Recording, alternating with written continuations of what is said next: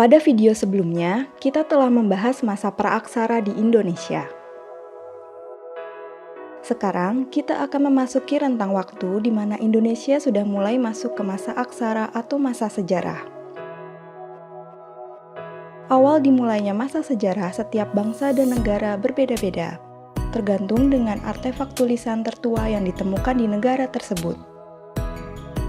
Di Indonesia sendiri, artefak yang memiliki aksara muncul pada masa kerajaan Hindu-Buddha di Indonesia. Agama dan kebudayaan Hindu-Buddha mulai masuk ke Indonesia sekitar abad ketiga Masehi. Sebelumnya, masyarakat Indonesia masih menganut animisme dan dinamisme. Animisme yaitu kepercayaan pada roh nenek moyang yang mendiami suatu benda. Sedangkan dinamisme yaitu kepercayaan bahwa segala sesuatu memiliki kekuatan gaib. Penyebaran agama Hindu-Buddha di Indonesia berkaitan erat dengan hubungan dagang antara Indonesia dengan Cina dan India. Sambil berdagang, para pedagang asing berinteraksi dengan penduduk setempat dan mengenalkan agama serta kebudayaan Hindu-Buddha. Para ahli sejarah mengemukakan beberapa teori mengenai masuknya pengaruh Hindu-Buddha ke Indonesia. Teori pertama yaitu teori Brahmana oleh Van Leer. Menurut teori ini, kaum Brahmana atau pemuka agama datang ke Indonesia atas undangan untuk menyebarkan agama Hindu-Buddha. Teori kedua yaitu teori kesatria oleh Bosch, di mana penyebaran agama Hindu-Buddha dilakukan oleh para kesatria dan prajurit. Teori Waisya oleh Krom menyatakan bahwa pengaruh Hindu-Buddha disebarkan oleh para pedagang. Sedangkan menurut Van Faber, penyebaran Hindu-Buddha dilakukan oleh para pekerja India seperti pelayar dan nelayan yang disebut juga dengan teori Sudra. Ada juga teori arus balik, yang menyatakan bahwa orang Nusantara belajar agama ke India dan menyebarkan agama tersebut setelah kembali ke Nusantara. Dari teori-teori tersebut, dapat disimpulkan bahwa proses penyebaran agama Hindu-Buddha terbagi menjadi dua. Yang pertama yaitu masyarakat Nusantara berperan pasif dengan mempelajari agama Hindu-Buddha melalui masyarakat India dan Cina yang datang ke Nusantara. Kedua, masyarakat Nusantara berperan aktif, yaitu masyarakat Nusantara pergi belajar langsung ke India dan Cina, kemudian kembali sebagai penyebar agama. Masuknya agama dan kebudayaan Hindu-Buddha inilah yang memicu munculnya kerajaan-kerajaan bercorak Hindu-Buddha di Nusantara.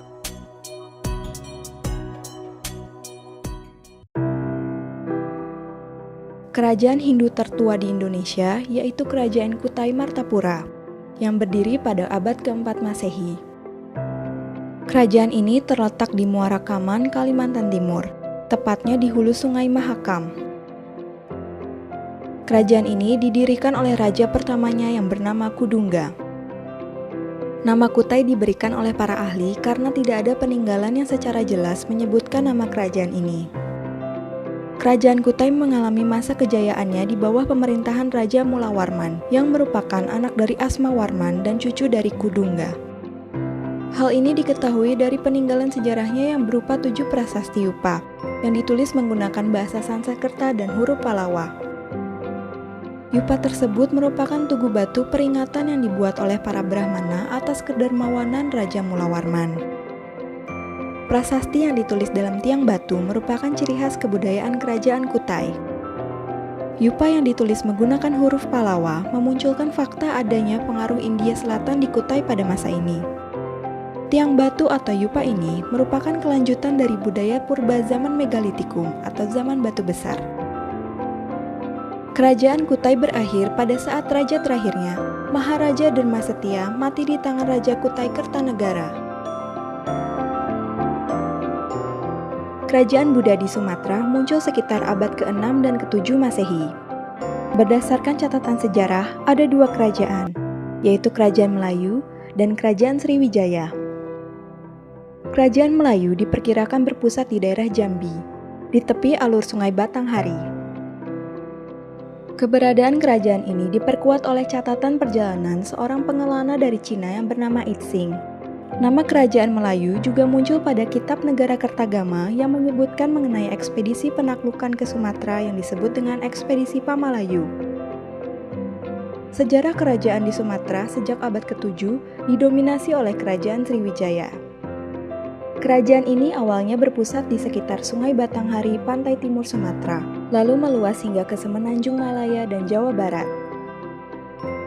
Pengetahuan sejarah mengenai kerajaan ini didapat dari sumber asing berupa catatan perjalanan Itsing dan beberapa prasasti, serta sumber dalam negeri berupa prasasti, antara lain Prasasti Kedudukan Bukit, Prasasti Talang Tuo, Prasasti Kota Kapur, Prasasti Sidayarta, Prasasti Telaga Batu, dan Prasasti Karangberahi.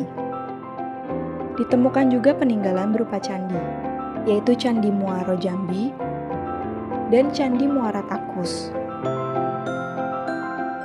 Dari sumber-sumber sejarah tersebut, diketahui bahwa raja pertama yang dianggap sebagai pendiri kerajaan Sriwijaya adalah Daputahyang.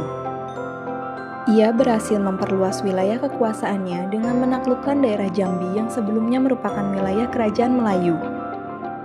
Puncak kejayaan kerajaan Sriwijaya berlangsung di bawah kekuasaan Raja Balaputradewa. Wilayah kekuasaannya semakin meluas hingga ke Semenanjung Malaya. Perluasan wilayah ini membuat kerajaan Sriwijaya menjadi kerajaan maritim yang menguasai alur pelayaran dan jalur perdagangan di Laut Cina Selatan dan Selat Malaka. Sriwijaya kemudian menjadi pusat pembelajaran agama Buddha dan pusat penyebarannya ke Asia Tenggara. Raja terakhir dari kerajaan Sriwijaya adalah Sri Sanggrama Wijaya Tunggawarman. Sriwijaya mulai runtuh dengan adanya serangan dari kerajaan Chola dari India. Melalui ekspedisi Pamalayu, kerajaan Melayu yang berada di bawah Sriwijaya pun dikuasai oleh Singasari. Kerajaan pun semakin melemah dan akhirnya runtuh pada akhir abad ke-14 akibat serangan kerajaan Majapahit.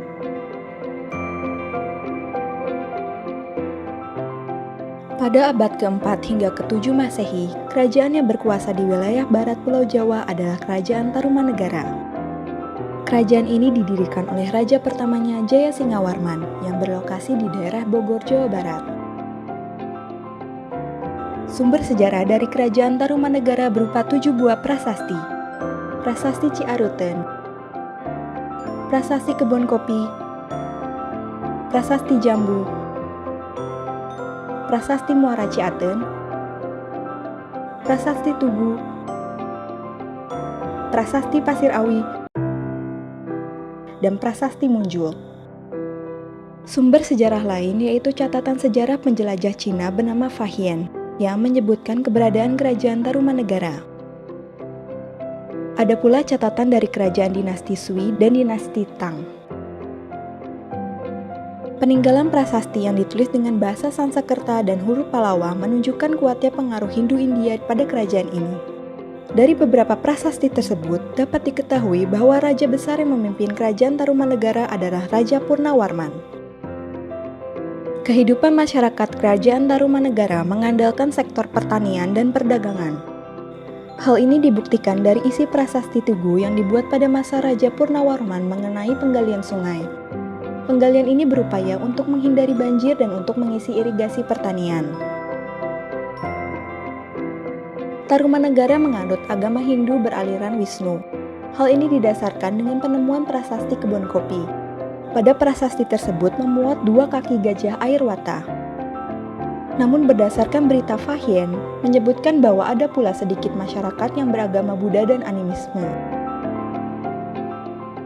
Pada tahun 670, pada akhir nafas kerajaan Tarumanegara, Tarusbawa yang menggantikan Raja Linggawarman, membagi 2 kerajaan menjadi kerajaan Sunda yang dipegang oleh Tarusbawa dan kerajaan Galuh yang dipegang oleh Wretikandayun.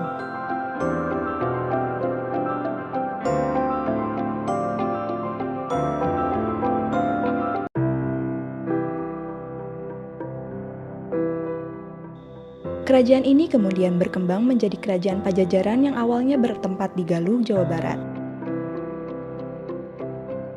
Berdasarkan penemuan prasasti Sang Hyang Tapak, diperkirakan bahwa pusat kerajaan dipindahkan dari Galuh ke Pakuan Pajajaran di Jawa Barat bagian tengah dengan raja yang berkuasa yaitu Sri Jayabupati. Selanjutnya, pada masa pemerintahan Linggabuana, kerajaan Pajajaran sempat terlibat dalam Perang Bubat dengan kerajaan Majapahit yang saat itu diperintah oleh Hayam Wuruk. Sumber-sumber rujukan tertua mengenai adanya perang ini tercantum dalam Serat Pararaton serta Kidung Sunda.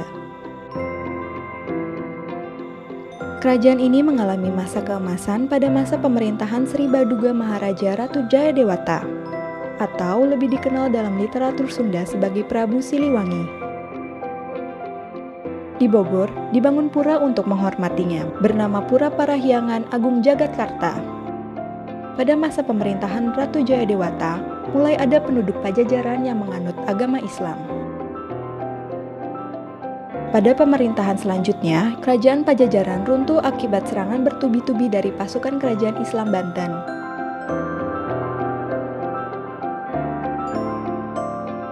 Sebagian orang yang selamat dari serangan itu menyingkir ke pedalaman dan membentuk komunitas yang mengisolasi diri mereka dari luar. Sebagian peneliti berpendapat bahwa komunitas inilah yang sekarang bernama suku Baduy.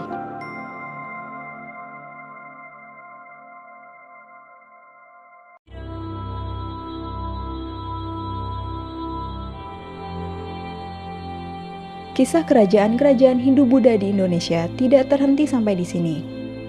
Pengaruh Hindu-Buddha di Indonesia masih terus berlanjut dengan diwarnai berbagai konflik dan perebutan kekuasaan. Kisah kerajaan Hindu-Buddha dan para penguasanya akan berlanjut pada cerita selanjutnya.